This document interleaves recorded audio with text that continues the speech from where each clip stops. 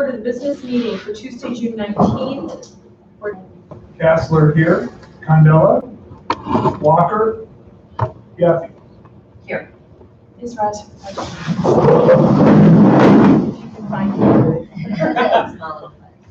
I pledge allegiance to the flag of the United States of America and to the republic for which it stands, one nation, under God, indivisible, with liberty and justice for all.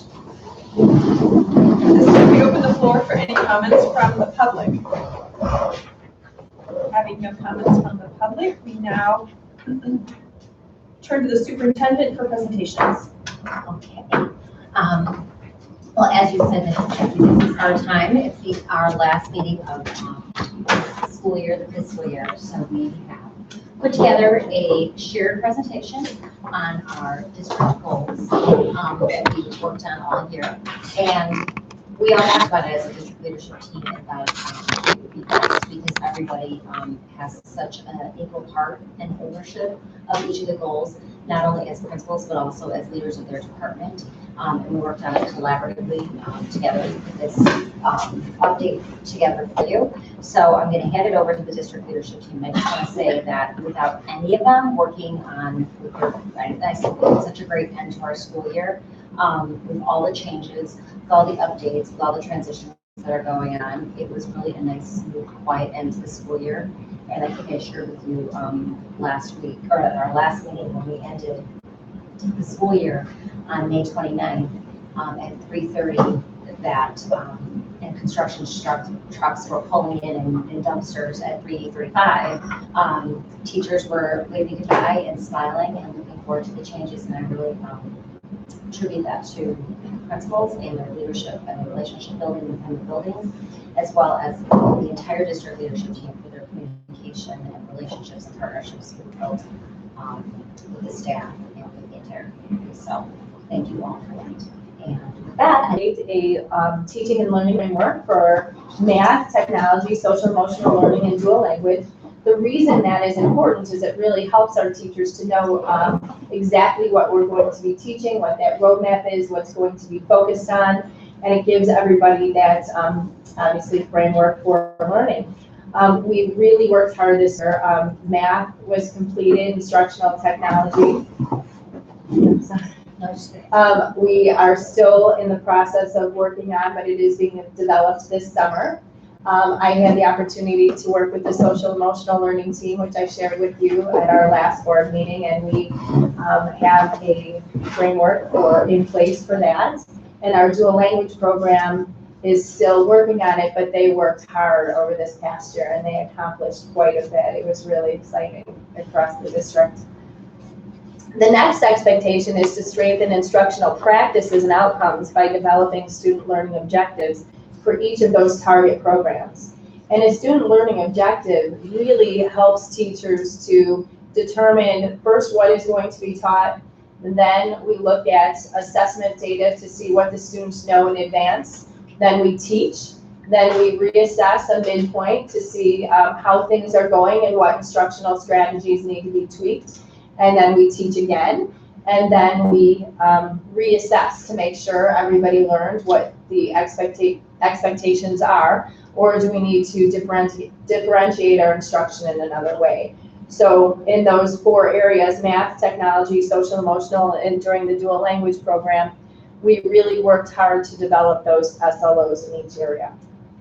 Finally, analyze student assessment data to guide the instruction and meet individual student needs. That's been a strong focal point throughout the district.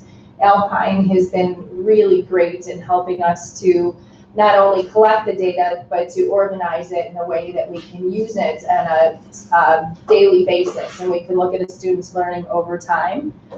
We do meet with our professional learning teams to look at the data and again talk about different instructional strategies, or if we need to make changes, and we do make those changes right away. So for example, in kindergarten, after we do our beginning of the year assessments, we will group the kids according to who already knows their letters, their letter sounds, who is already reading, and we make sure we use that data to reorganize kids throughout the year. And that's something that we do. I'm using kindergarten as an example, but we have that practice throughout the district. Any questions about those three? Yeah, question. So are these tied to things like Common Core standards? Are they tied to things that are feeding up to the high schools? So it's all articulated Yes. that way as well? Yes, we determine what our frameworks are going to be based on the Common Core and the expectations that are presented to us. So we use that information to write our roadmaps, and then all of it kind of then, goes into the student learning objectives, and then we use the data. So if you look at the big picture is the Common Core, and then the framework is how are we going to teach that, and then the student learning objectives, how do we know where to start, and how do we know when to shift gears with that, and then finally looking at that assessment at the end, did the students learn it? But yes, it is, that framework helps us to vertically align our curriculum and standards. And for which topics are we articulating for the high schools? So, if I may, Please. the middle school is typically responsible for that articulation process. So, and we are treated very well by both high schools. We articulate in special ed, we articulate math, science, social studies, fine arts, music, foreign language, yes, excuse me, and foreign language. And that is a participation articulation. Our teachers will go to their site, they'll work by committee, sometimes what they're doing, I'll give you an example. In math, there was with Mundelein High School last year, there was a little bit of a concern that there was a disconnect. What should an 8th grade student know in the view of an 8th grade teacher, and what should a freshman math teacher expect an 8th grade student to know? So they had worked in the consortium, it wasn't just West Oak, it's Sandburg, Fremont, and Diamond Lake, West Oak. So the teachers and the high school teachers got together, they looked at the standards, they determined, they had a discussion, what does this mean, what would it look like, and then they articulated endpoints of 8th grade and solid beginning points for 9th grade. That's just one example. Because our science, let me give you another example, our science units that we use were written through the consortium process with Stevenson when the NGSS standards came out. And so all the consortium schools got together and developed what this vertical framework would look like going through the middle school and use the NGSS standards. So that process is incorporated throughout. Foreign language was through Stevenson years ago when we started really looking at how that would be. We articulate with both of those schools and we participate in curricular learning, professional learning opportunities as well. And so then closer to home, does this process, actually on this page, also improve the linkage between the schools, our own schools? Yes, absolutely. Mr. Draka works very closely with the instructional learning team on a regular basis. So there, again, we have that internal vertical articulation, and our roadmaps for each grade level do flow into the next grade level. And there's a member, K-8, there's a rep from each grade level, so they meet once a quarter, and they, update each other on by grade level and by content area of what they're working on, and make sure that there are no gaps and there are no redundancies. And so that's definitely something that is going to be ongoing and continuous as we move forward in each of the subject matters. And I believe Mr. Bulletword is going to talk about goal number 2. So our second goal, professional excellence and optimizing professional experiences for all District 76 staff. This past year, we really focused on empowerment and teacher leadership. Teacher leadership could be individually and through a team, a grade level, a curriculum cluster, or it could be for something you think would, really send or provide something for the school. So we've had a wide spread for it. But as you see, we wanted teacher leaders in specific focused areas such as dual language, grade level, and content area. So at the middle school, we run what's called curriculum clusters or content clusters. So the math teachers get together, the science, the social studies, the PE. And so we have teacher leaders for that, but we also have grade level team leaders. The elementary schools have their team leaders. We have special ed team leaders. We have grade level team leaders. And so this will share that responsibility of leadership, ownership, and that empowerment that the teachers should actually have. The next step, number 2, develop leadership among all staff. We didn't say it was only going to be for those teachers who had an interest in assuming more of a leadership role. But we really wanted all teachers, all staff members to have a leadership goal. And you saw examples of these, I believe, previously. But all of the teachers developed leadership goals. And it might be, I want to run data meetings for the interventionist. That's an example of one. And that the teacher would take on that leadership role. But another teacher might be looking at it as, I really want to take on providing this for my grade level team, whatever this is, and organizing it and maintaining it, record keeping, notes, It was a shared responsibility. At the beginning of the year, the teachers formulate the goals. They use a SMART process, making it, specific, measurable, attainable, realistic, time-bound.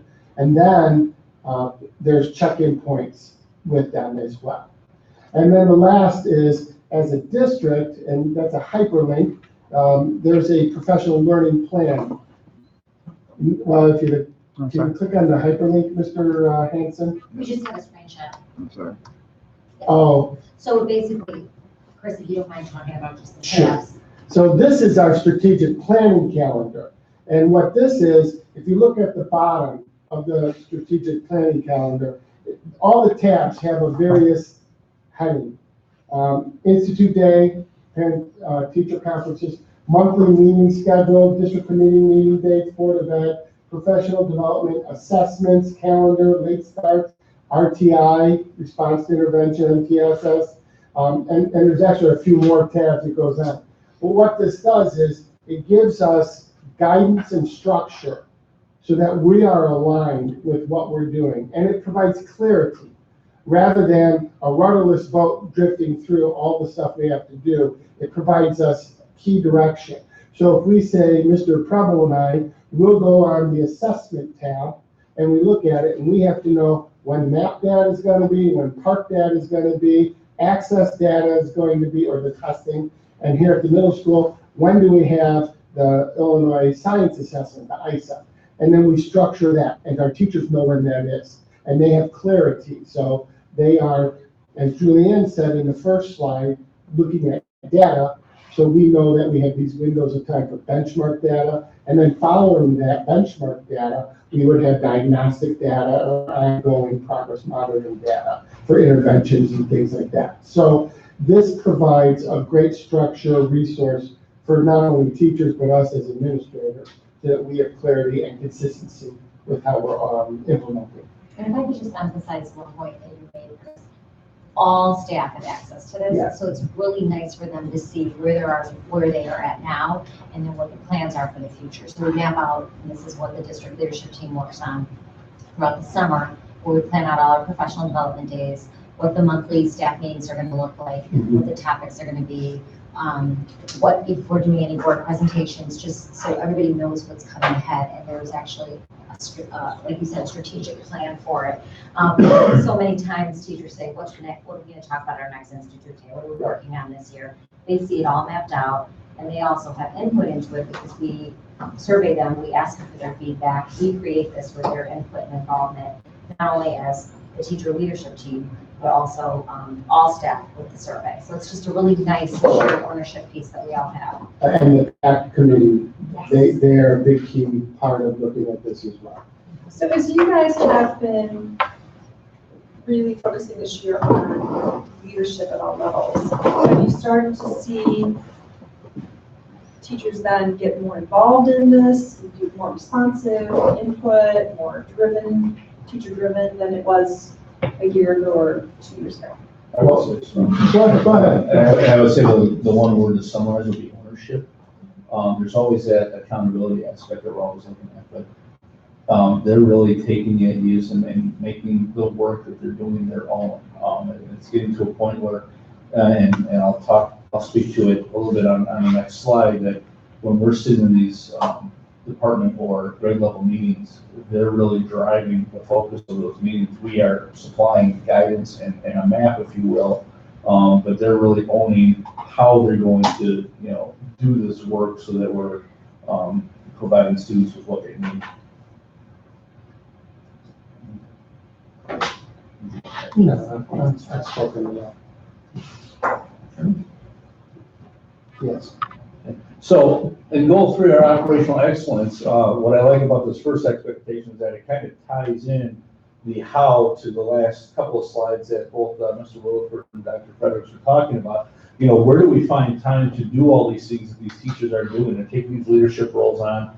They're getting this opportunity to create all these things. Well, where do we get it done? So what we've done is we've made sure that we provide time for them to do that. Our district calendar, we have the late starts once a month in most months, not all of them. And we have planning professional time. We do that during institute days, and there's also times where departments and grade levels actually have days where they're working together to do all those things. But even more importantly is our master schedule allowing for that common plan time. It's great if we can get everybody together, once a month, every once in a while. I remember that was a big thing when I was in the classroom. It was like, okay, great, once a month we get to get together. But it's like, if you only do that once a month, you don't get your feet moving on these things as well. So in the master schedules, there are times for common plan time, whether that's the entire grade level team or parts of the grade levels at times, so that they can really get together and do the work that needs to be done. So that is a big priority when we're doing our schedules. And then the second part of that is we've developed this thing where we have these operational protocols for each department. And if we flip to the next slide, this just gives you a screenshot example. So in our staff intranet, they have access to this. So depending on what they're looking to get information on, these things are there, whether on this particular one, it shows building grounds, finance, and health services. We also have a technology one, we have special ed. These are important things because this is information that you should know on a daily basis. And if you don't know, that's okay, but you need to know where to go find the answer. In regards to this particular screenshot, some of the basic things are, how do you fill out a work order ticket? Because we have things that break in our classrooms or something that needs to be fixed. In the end of the year protocol. So what do we need to have done so that when we leave for the summer, everything is done? It's all there. It's checklist. They can go down and they can make sure that they have everything accomplished they need to do. What am I supposed to do with my devices? What is done? These are things that are, a lot of them are the same questions that are asked over and over again, maybe throughout the year, every year. But this is a nice place where they can just go and get the information. Then we're consistent. We're making sure that we only do room checkouts one time a year on the last day of school. So the other 175 days of the school year, we're busy thinking about other things. We tend to forget as teachers, what exactly do I need to do before I'm able to turn my keys in the year? It's all right there. And it also allows us as administrators to make sure that we're giving them the clear information as well, because if we're not looking at these checklists, we may forget, oh yeah, you need to make sure that you accounted for, everything in your room, all the screens are still attached to the window. Just little things that you normally wouldn't think of because you have everything else on your brain. These things are all set in place, whether it's, a maintenance thing or if it's a finance, and you know how to fill out a requisition for reimbursement. That's all in there so that they don't have to spend a lot of time waiting for answers, or we don't have to spend a lot of time, working with them on these things. We can do bigger, better things. So it's a nice little tool there. Sure, question. This is I don't think so. No. Although in terms of the technology resources, that's in a different place, or is this? It's tied- further down, like for departments and protocols, if I put it in alphabetical order, so it's not just staggered by, the hierarchy is just in a simple format. So scrolling down, there's the technology there as well. Yes, I see. I mean, I don't. Scrolling down after health services, you mean? Yeah, on the left-hand side, it is building and grounds, finances, health services. Yeah, There's one for special ed, there's one for technology. Exactly. there's one for- Yeah, Yeah. language programs, there's one for each. Mine's got another. Hit the blood, like, Yeah, so what's the state of our peripherals these days? what do you mean by I that? know it seems a little off topic, but it's not. In what regard? Like, if we go back a few years and we think about what teachers really cared about, it was, can I print, and can I, do I have Wi-Fi, and can I really?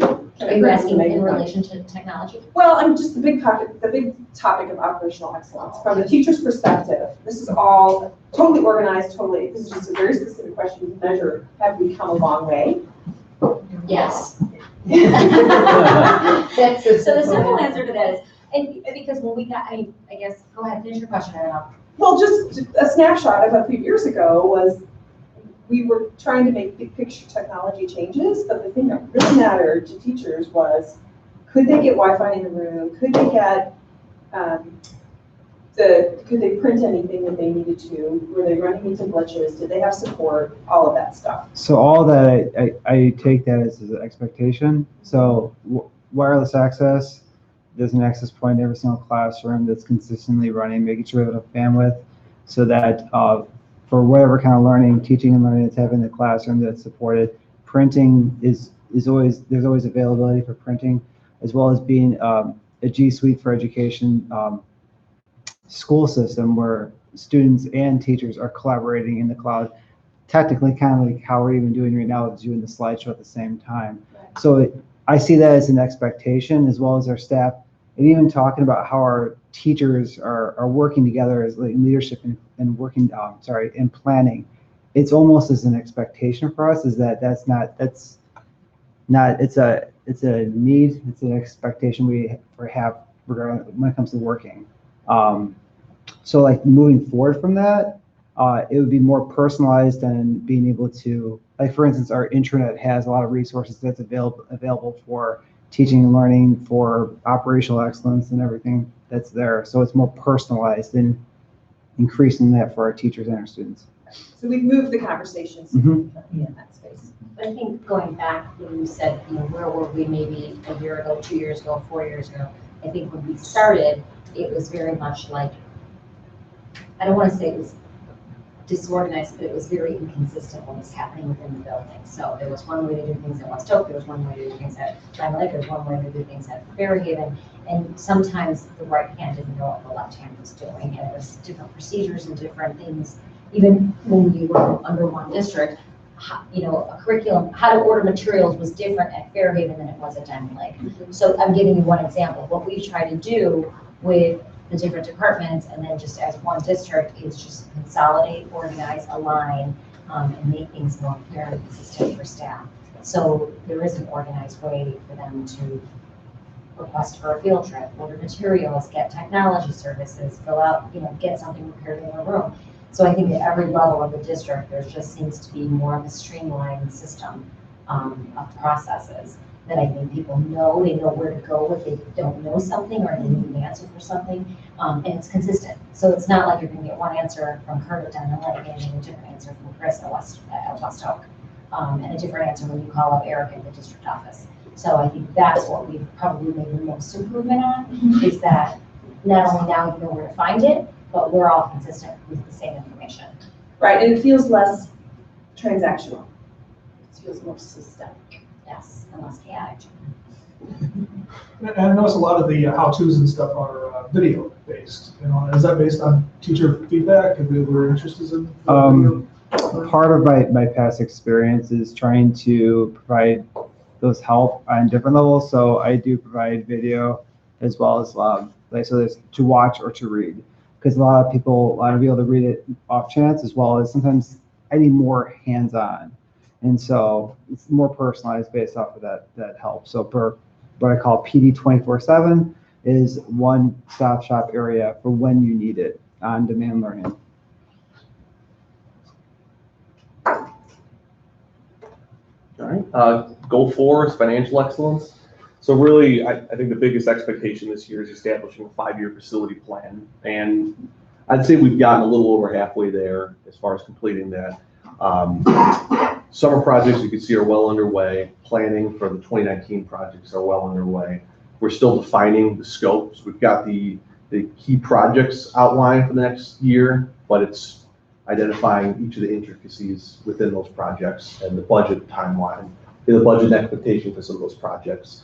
But one of the biggest things that goes along with that is the MEP plan, which is the mechanical, electrical, plumbing. So if you want to go to the next slide, this is just an example of what we've created with the help of our mechanical partners on identifying all of our equipment, the existing life of our equipment, how far we think we can still stretch it, and what we absolutely need to replace. So we've established a timeline as far as 1 to 2 year replacement will be taken care of with the referendum. 3 to 5 years potentially will be taken care of with some of the referendum money.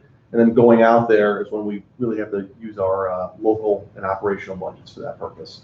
But this is just one piece of the puzzle. We're going to have a lot of internal projects as well that we're not going to be able to accomplish with all of our referendum money, whether it's retrofitting classrooms, new furniture, things like that. So that's going to be really the 5-year plan, is it consists of things that we're doing as far as referendum money and things that we still need to accomplish outside of that scope. So that's something that we're going to help, hopefully have all finalized in early fall, because we're going to be going out to bid for next school year's projects by November, December. So we can start getting bids back, the most competitive bids, and have planning well underway from that point. So we think we're going to have something for you around that point, because that's going to have all of our referendum projects clearly defined, and then what we can't do with that money. So clearly the big, what would you call it, positive in the planning is that we are now planning long-term for 2 facilities instead of 3. Mm-hmm. On the other side, what would you say, if anything, we had as surprises on the expense side that we weren't aware of? Abatement or? Yeah, we've had thankfully some small unknown expenses, such as we've had an abatement cost with the flooring here that we didn't realize based on our previous asbestos assessment. That comes in at 40 or 50,000. Those are relatively small costs in the grand scheme of things. So far, construction's been very positive when they've taken down the walls. There's not been a lot of surprises. I think the long-term surprises are going to be in mechanical equipment. If a boiler chiller goes down, a couple $100,000 that we need to repair, or we're not going to be able to have school. So that's what we're really trying to find, what we can mechanically repair internally, and then change out the guts of the equipment and have a lot longer useful life, and what we absolutely need to replace. So, and aside from the referendum, do we have a contingency budget for that sort of thing? yes. So for the next 4 or 5 fiscal years, we're budgeting around $300,000 locally, and those are for internal projects. So for instance, this current year, we did with Anderson Lock, we did all the locks around the district. We did the air conditioning project at Fairhaven Diamond Lake. So those are all local funds that we've used that we could have realistically done with the referendum money. So we've got some planned projects for the $300,000 in the short term. Long term, it's for these items that we're not going to cover on the referendum, and for the surprises that may come up. So we're going to it'll be a nice, concise document. We're going to we've started crossing out some items as far as what we're not going to be doing. And we'll have a clear document as far as what we've done, what we plan on doing, and what some potential unforeseen expenses are in the future we need to think about. Is there anyone holding us accountable to what we said the referendum funds were going to be used for and what we used them for? Do we have to report that? No, we don't have to physically report that to anybody. We do have, I did it at the end of, I think at the end of the referendum planning, there's almost like a checklist that we're supposed to go over yearly, and it's really just to make sure we're compliant with the IRS. So there's a small little checklist. It doesn't really go over project specific. It's just whether we've filed our bond documents on time and things like that to make sure we're keeping up with the IRS regulations. For instance, we have to spend 5% of our referendum funds within the first 6 months. So items like that, we work with our bond consultants and PMA to make sure we're compliant with that. As far as I don't know if there's an agency that's overseeing that says, hey, make sure you're doing X, Y, and Z projects. We do have that question on the ballot that we are required to do 2 of the 3 schools with. So we said bathroom, security, libraries. So we've made sure with White and Pepper that we're accomplishing all the goals of the referendum question. That's really the most important part. Yeah, I'm glad you mentioned the bond partners too. I'm glad we have somebody else who just is making sure that we're thinking about spending our money according to what. Yes, Chapman Cutler and PMA, those are the 2 biggest partners that we have as far as our compliance issue goes. So Chapman helped us file all the bonds. The next one is aligning district financial purchases with our goals. If you go 2 slides down, I just want to show, this is an example of Eric's technology budget. So everyone's got a tab, and it's only just a small little screenshot. But I've given everyone account codes that they need to focus on that's specific for their department. So this is district software subscriptions. Eric lists all our subscriptions, what the costs are. He's got project timelines, and then he'll check off as far as when the POs have been issued. So it's really holding everyone accountable. Eric can go to Tyler and Aziz and say, hey, is there any items we think we need on the technology horizon? And they can work collaboratively with that, and then me and Eric work together as far as establishing the final budget. So each administrator has done a great job as far as detailing each of their specific responsibilities, and I use that information to transport into the overall budget projections, things like that. So we're always constantly working, updating our long-term projections and what some of the projects are on the horizon. So this is the main tool that we've used over the last year, and we're kind of going forward with that. I know zero-based budgeting can be a lot more work for the individuals and departments and schools and stuff, but has it created any issues or just kind of further extra work? I think it actually goes back to that leadership quality that we're asking them. We want them to own it.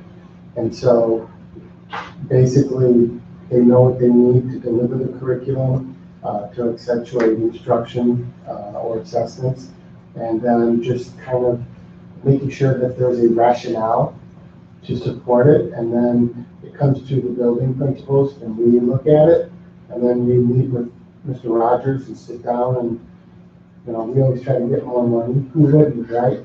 But I think it leads to very healthy discussions. This is what we really need to be operational and functional for the following school year. I think the teachers like that rather than being told you get $1,000 or $150 for this or whatever. They build it and then they live within it. Yeah, you're really relying on the experts to tell you what you need. Yeah. Rather than saying you have $3,000 to spend, they're making sure they spend all that $3,000. Now this way everyone's held accountable. And if they ask for something Chris doesn't have budgeted for, you had a chance to ask for this, and based this on a need, we determine kind of those conversations early on in the process. So it works out really well. So this is, what's your software called again? Oh, this is just a Google document here on the left side. I'm asking about the right side. Oh, sorry. So the right side is what we use for Forecast 5. So it's one of the financial softwares you subscribe to. And it's a really good collaborative tool that utilizes all the area districts that use the same product. So we get to tap into everyone's data. You can use a lot of good comparables. And and base, this is just one example of some of the transparency elements we're trying to incorporate. I'm trying to do this all without having to get additional subscriptions, because you can get crazy with Forecast 5 and it's real-time data where you're clicking on each of those and it's telling you where you're at in your current year.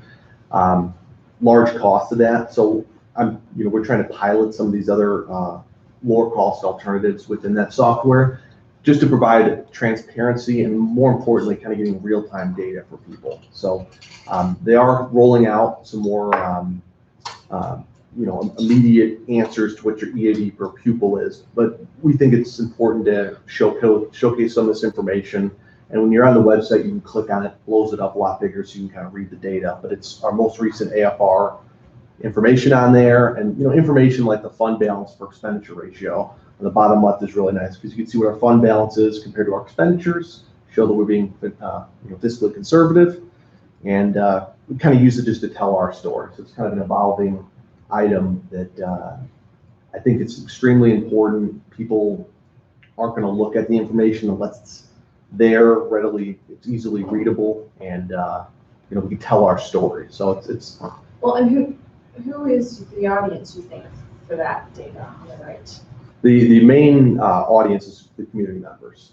So there's a lot of different financial information we can put up there, trying to give a little bit of information, like you could see your tax rate compared to the previous year. We could use that data to compare against other districts.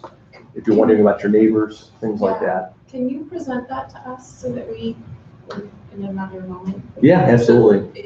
Are you saying this is the type of thing you would leverage to present to the community? They Correct. wouldn't necessarily be able to go in and do this on their own, right? Correct. Right now, it's an image. So there's some ability to give the community what you want them to have. So you can give them several tools, like for instance, these 4 different graphs. You can give them the ability to play around with that data to see where you're at. It's just a matter of how much control you want to give the community members to dig into your data. We think it's important for transparency purposes, but at the same time, you want to kind of give them the relevant data because it's a minefield of information. Can I just bring this back real quick? Only because I think the piece that we're missing is the piece on the right goes to your expectation number 3, which is create a community engagement process for district financial information and facility projects. And that dashboard metrics that you were just looking at on the right, that's on our website right now. No, that's okay. It's just the transition. Sorry, yeah. The left side of that last screen was for expectation number 2 to show you how we align our budgeting process to our goals in the zero budget.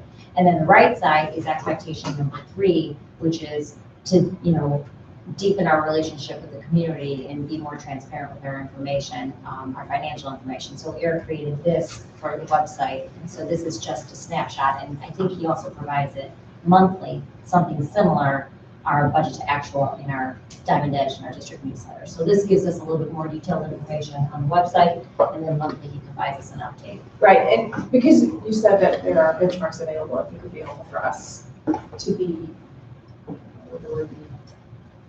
able to articulate where we sit relative to benchmarks on some of these important big picture numbers. Yeah, absolutely. I do include some of this information in our budget presentation, but I think some more up-to-date information so you can tell your neighbors the story of how you compare to our peers.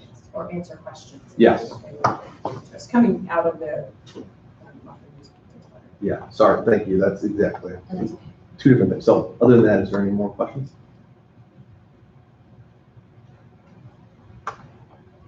Okay. And finally, goal 5, excellence in communication. We've, over the past year, we've been talking about 3 different areas. So expectation of communicating individual student progress to our parents on a frequent and consistent basis. This is done via all 3 schools in different fashions, using weekly and monthly student progress updates and reports sent home per grade level. Each grade level has a slightly different way of being able to communicate that from home, whether via Power School, monthly, weekly folders, using resources like Classroom Dojo in the elementary school, as well as other resources that I'm sure that can be shared today as well when it comes to communicating our student progress to our parents.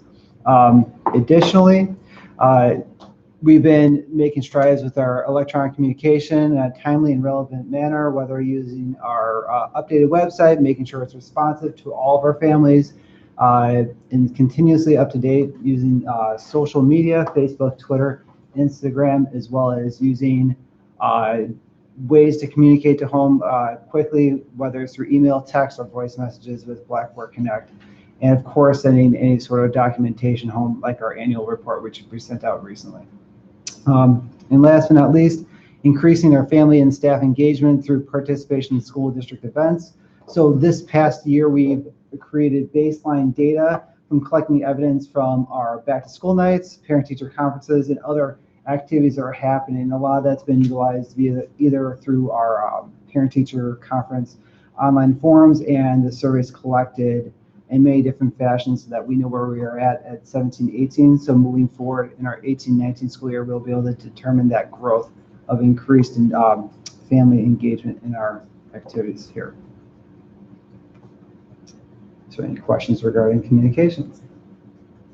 Have we had received feedback about our things we're sending to the community? I've had parents comment that they do appreciate the texts, especially when we have things that come up, just the bus is late and we can send the bus is late. We know that is helpful. So any feedback has been positive, but not overwhelming. I'd say just little snippets here and there. I've heard from others, they like social media components that we've improved on as a district, whether it's through little Twitter thing that we do. Twitter. So, we do a lot of that. And that I hear a lot of. It's interesting, we see people put it on their phones, and then I guess they like it or something, and if it goes to another one. I don't know how it works. Explain Twitter to us. We have Tinder, right? To jump on. I send them out. I don't know how it dog tails on and keeps going. In regards to our Cyber world.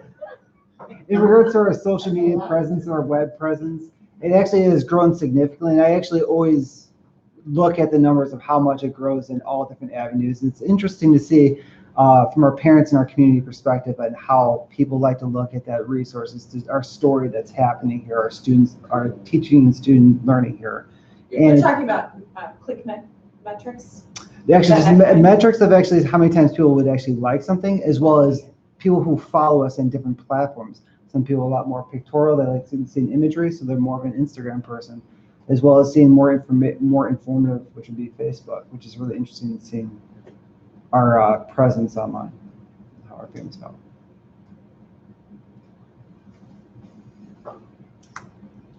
So I think to close it up, we've been working on these goals for 3 years, and we're hoping to keep the same goals as we start the next school year. So they're ongoing and continuous, and I think staff really appreciate knowing the direction that we're going and that they get to build upon and strengthen what they're already doing as opposed to changing things midway or every year doing something different.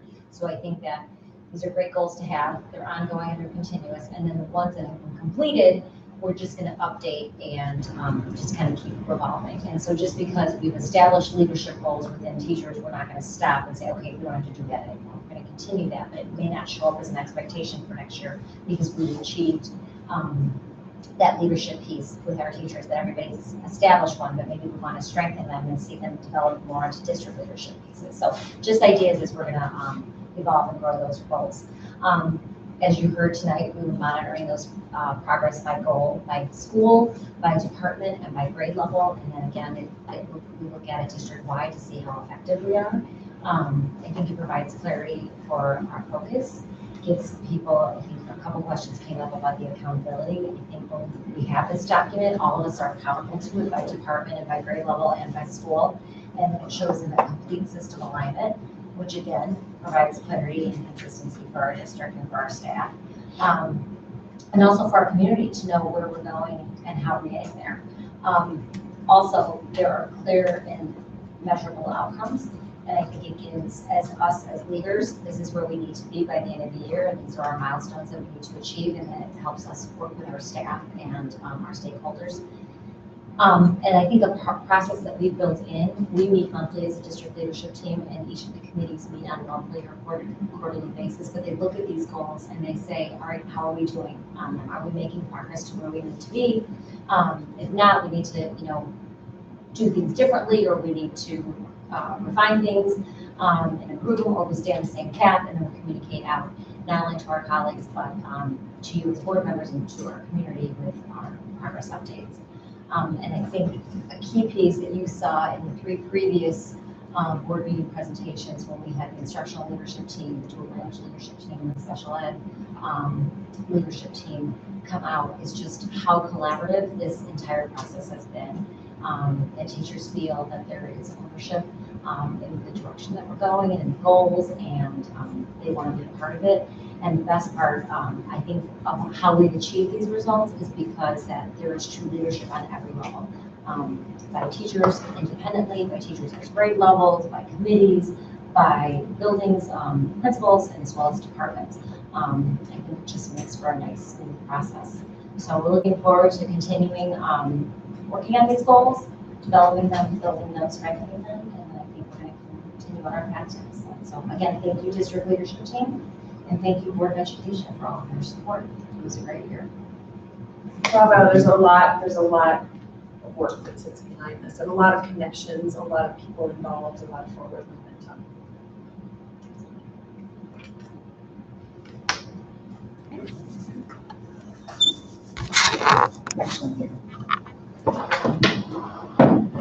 All right, so next up is our business agenda. Items on the business agenda have been discussed or will be discussed in this session. First up, omnibus vote agenda. Items under the omnibus vote agenda are considered routine and/or non-controversial and will be approved by one motion. If anyone, board member, staff, administrator, or citizen wishes to have a separate vote on any item or items, that item or items will be pulled from the omnibus vote agenda and voted on separately. Be it resolved, the Diamond Lake 76 Board of Education accepts and approves the omnibus vote agenda items A through E as listed. May we have a motion to approve? So moved. Second? Kessler, yes. Halman, Yes.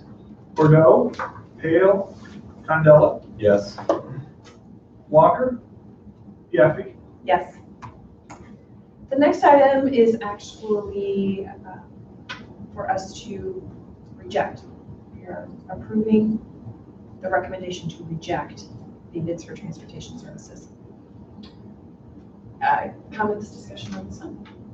Yeah, just give a brief update, because I've mentioned this before on my weekly update. We went out to bid, we received one bidder, which was Durham, and they came with an unacceptable bid. It was substantially higher than we're currently paying. So us, along with 120 and 75, are formally rejecting the bids. It's a procedural item that we went out to bid, we need to formally reject it. So that's what this first item is. And I'll just jump quickly to the next one. The next item is just for information purposes, we negotiated a one-year extension with Durham at terms that are more agreeable than the bid, still a large increase for 1 year. Keeping in mind this is for 1 year. We are working very hard on getting as many bidders next time and going out to bid early. So we went out to bid in March this year, next year, which is how everyone's always done it. For whatever reason, we're not getting bids. The same thing happened last time we went out to bid for Durham as well. We only received one bid. So we're going to try going out to bid in fall, give them an entire year to basically have no excuses not to bid on us. We're going to make it as attractive a package as possible with our 3 districts, and are going to go out to bid as many times as we can to get as many bidders as we can. And what was the length of the contract that we did go out to bid for? 3 years with the option to extend for 2 more years. Did Durham have any justification for the large increases? Do you have any gas prices? I think, I think their language is it's hard to find drivers, cost of living's risen.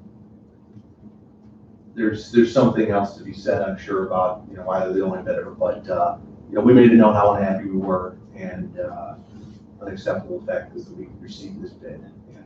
In fact, we only received one, so we didn't have a whole lot of bargaining position, but we were able to get at least a more of a favorable 1 year extension, and there's going to be some improvements to go along with that. There's a bus app that are going to be able to tell you where your kid is on the bus route, so we think that'll help reduce some of the calls. And so we got a lot of literature we're going to pump out as much as we can. We think the reliability will improve. And It was 120 and 75. They also just got the one. yeah, we are a joint bid. There's no option to accept one or the other. Oh, I didn't understand. Oh, I didn't realize that. Okay, so we have been a joint bid from before this process. Correct. Okay, oh, I didn't know that. All right. We are under different terms, but it's a package deal. Gotcha.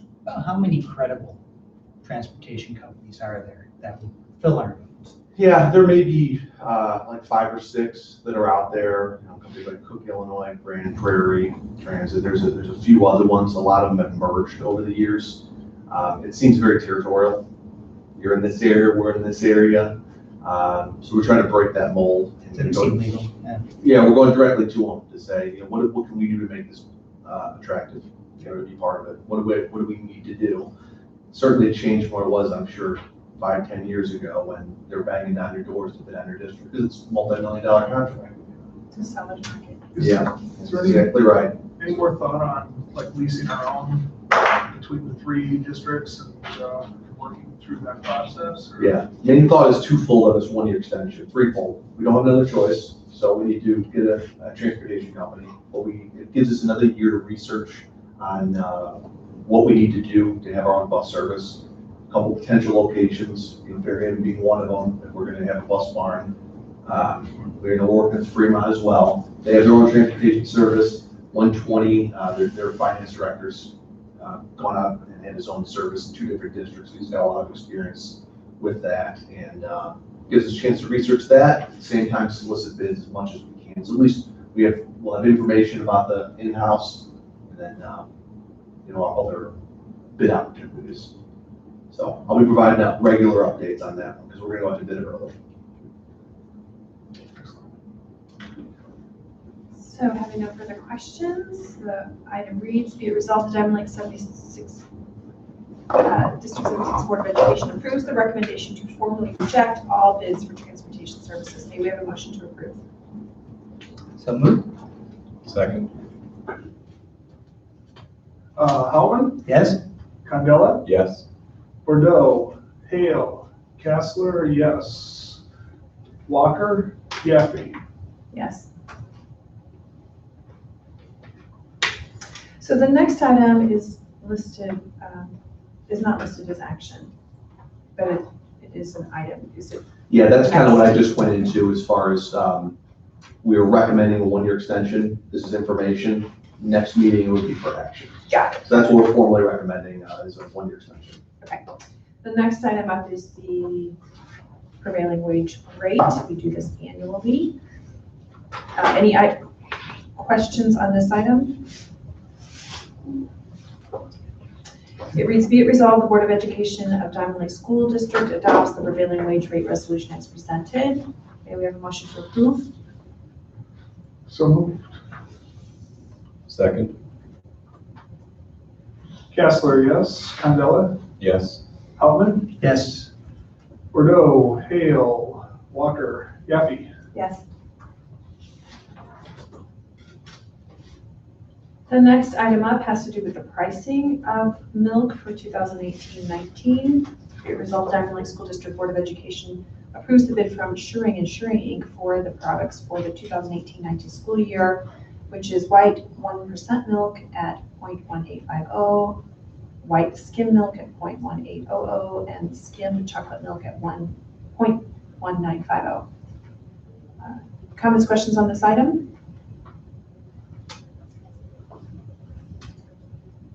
May we have a motion to approve? Move. Second? Hey, Candela, Yes. Howland, Yes? Bordeaux, Hale, Castler, yes. Walker, Yaffe. Yes. The next item has to do with extending the contract with our current maintenance company. Be it resolved, Diamond Lake School District 76 Board of Education approves the recommendation to extend the contract with Braulio Lawn Maintenance Inc. for the 2018-19 school year at a total cost of $40,084 for the year. Comments, questions on this item? May we have a motion to approve? So moved. Second. Howland, Yes? Candela, Yes. Bordeaux, Hale, Castler, yes. Walker, Yaffe. Yes. The next item has to do with policies. The following resolution and policies are included as a second reading adoption at the BUN meeting on Tuesday, June 19th. I said that's the decision 5. Is that what BUN stands for? The meeting on Tuesday 19th, or this one? It's a typo. Okay, the meeting on Tuesday 19th, 2018.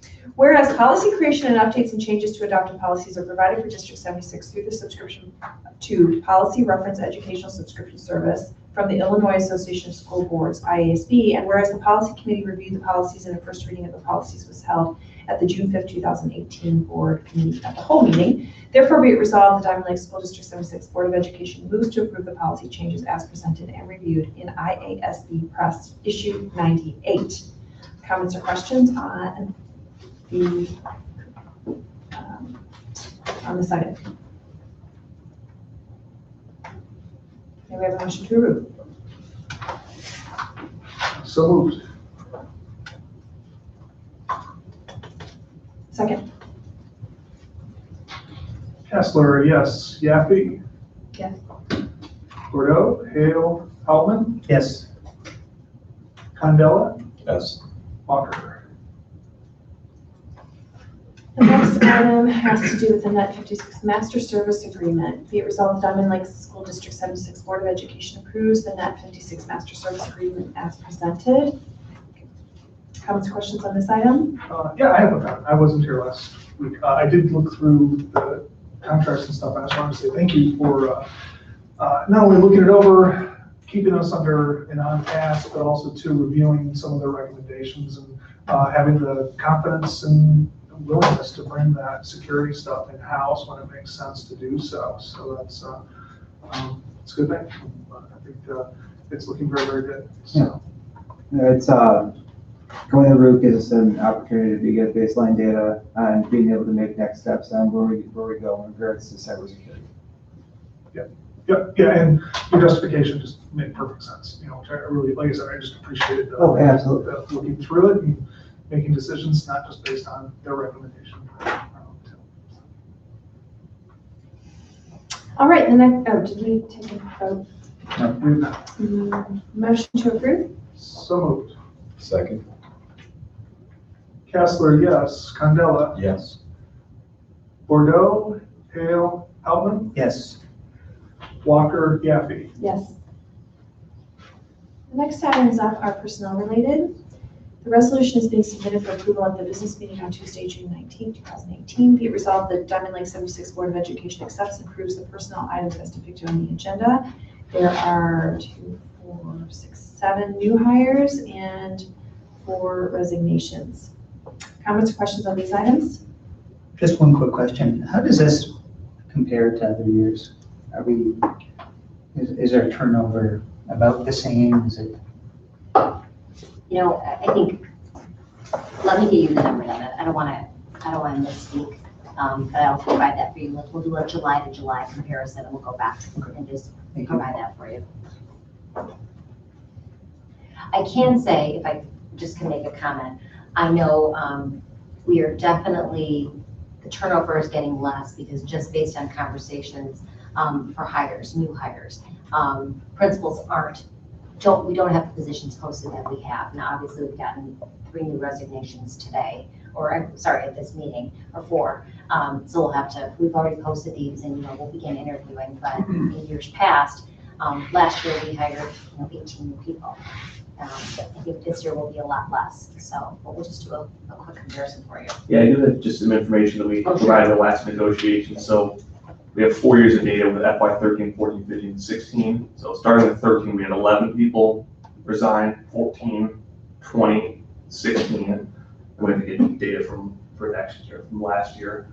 So you can see we're, approached 20 in FY 15. We've certainly gone down from that number, but, we'll lead some more specifics. Okay. Steve. And 2 of your years are for leave of absences for like maternity leave, stuff like that are being approved. So they're not, that wouldn't count as turnover. Right, but I would imagine that happens routinely. Yeah, and actually, in fact, resignations like, as I think it was Shankop, who's not going to be at Stevens, said, that's awesome, I think. It's like, it shows that we're cultivating teachers and that we're bringing in people that are of high quality and that are attractive to other districts and to high school level class as well, which is, I love losing people for that reason. I mean, actually, that was one of the reasons why I asked the question. It's, you know, if I had to guess, my feeling would be that we're doing better at that than we had. It's trending better, but, you know, it's just a feel, not sure. I think you're absolutely right. I just want to make sure I give you the exact numbers. And then to comment on, to add to what you said, Mr. Kessler, you know, Ms. Grego and Ms. Huffman are resigning due to getting positions closer to their home because they have young families. So those are reasons too that we can't really necessarily control. So that's, you know, they're moving for good reasons. It's not that there's something going on here, and I know that has always been the case, so. And all of these positions that for which we have resignations, the goal would be to fill them before the school year? Yes. All right, so maybe we have a motion to approve. So move. Second. Condella? Yes. Oh, I did backwards. No, that's right. Altman? Yes. Bordeaux? Hale? Kessler? Yes. Walker? Yaffe? Yes. That concludes the business agenda item of our agenda. Do we have any more discussion this evening? If I can just ask Mr. Preble and Mr. Rogers to just give a quick update. I know it's only been 2 weeks since our last meeting, but if there's any progress that you'd like to share on our facility improvements. And just so all of you know, I am inviting Pepper and White to give a more detailed presentation at the July 17th board meeting, so they can give you an overview on the first 6 weeks of work through the summer, so. Sure. So, I'll start off, then you can give a nice. She said a quick update, so you could. You disagree or disagree? Things are progressing really nicely. We talked a little bit about it at the last meeting, provided some pictures. You know, that was a big, heavy, moment where, you know, things start getting torn down, and then things, I don't want to say that they slow down, but the visual evidence of progress slows down, because now they're digging underneath the ground and replacing the plumbing in the bathrooms and stuff like that. And there's just a lot of work going on. The abatement at the big gym at Diamond Lake is done. So now they're in there ripping the bleacher tops off and replacing the windows. So half the windows have been taken out and boarded up. There's another half to go. The roof at Diamond Lake is well underway. You drive by, you can see just stacks of the white insulation pads that are up there as they rip off the old stuff. Membrane goes down, insulation, and there's another piece that goes over as they go. So there's, you know, same thing over here. The floors in the east wing are ripped out. We do have the minor abatement issue, but once that gets resolved, then we'll be continuing on with that. But, you know, same progress with the bathrooms. It's just looking really good. We're in here because the small gym is being abated right now. That should be done pretty soon. We're gonna put the same floor back down just for you. No, so it's really been a lot of fun, and the really the professionalism of our contractors is outstanding. You know, it's been a pleasure to work with them up to this point. Very informational. Very forthcoming with anything that they might run into. They explain things to you, and I gotta be honest, I've never seen anything, not that I'm a construction expert, but this place is cleaned up at the end of the day. You don't even know it's going on, other than the cardboard that's, you know, protecting the hallway that's not gonna take up every day. You don't know if they even worked today, and I can guarantee you they did. You know, so a lot of the bathrooms have the concrete poured. You didn't even know that's happening. They're building the walls back up. It's just real smooth. The lack of dust is amazing.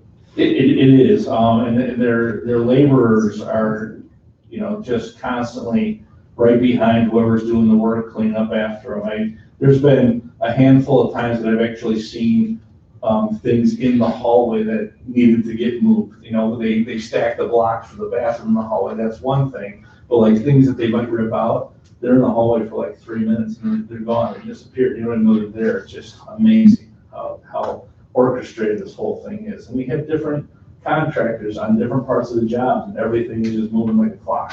It's really cool to watch. Wonderful. Any other board discussion? We have no freedom of information requests, notices of communications. Well, attached to your agenda is our joint board meeting that we are having tomorrow night. So Michael and I will be representing our district for District 75, 76, 79, and 120, just sharing a little bit about our collaborative efforts. And so we'll be meeting with 1 or 2 board members from each district, as well as the superintendents and some of our curriculum leaders to share how we've been working together the past few years. And lo and behold, I didn't get this until yesterday, but Anderson Lock, who did all of our new lock and security systems, puts out a newsletter. And look who made the front cover. So I just wanted to share that with you. Anderson Lock is that. Is that gonna be in the calendar? So this is mailed out to all of Anderson Lock's customers throughout the country. So we're just really proud that Mr. Wolford and as well as our district logo made the front cover. So we just thought we'd share that with you, and the story is on the front back. It's great. And that's all we have for notices and communications. Okay, at this time, we open the floor for any public comments on any other agenda, non-agenda items. Any others? Okay, at this time, the board will adjourn into executive session for the appointment, employment, compensation, discipline, performance, or dismissal of specific employees of the district or legal counsel for the district, including hearing testimony on a complaint lodged against an employee or against legal counsel for the district to determine its validity. May we have a motion to adjourn into executive session? So moved. Second? Okay. Condell, Yes. Altman, Yes. Bordeaux, Hale, Kessler, yes. Walker, Yaffe. Yes. All right. Thank you, everybody. Thank you. Didn't understand.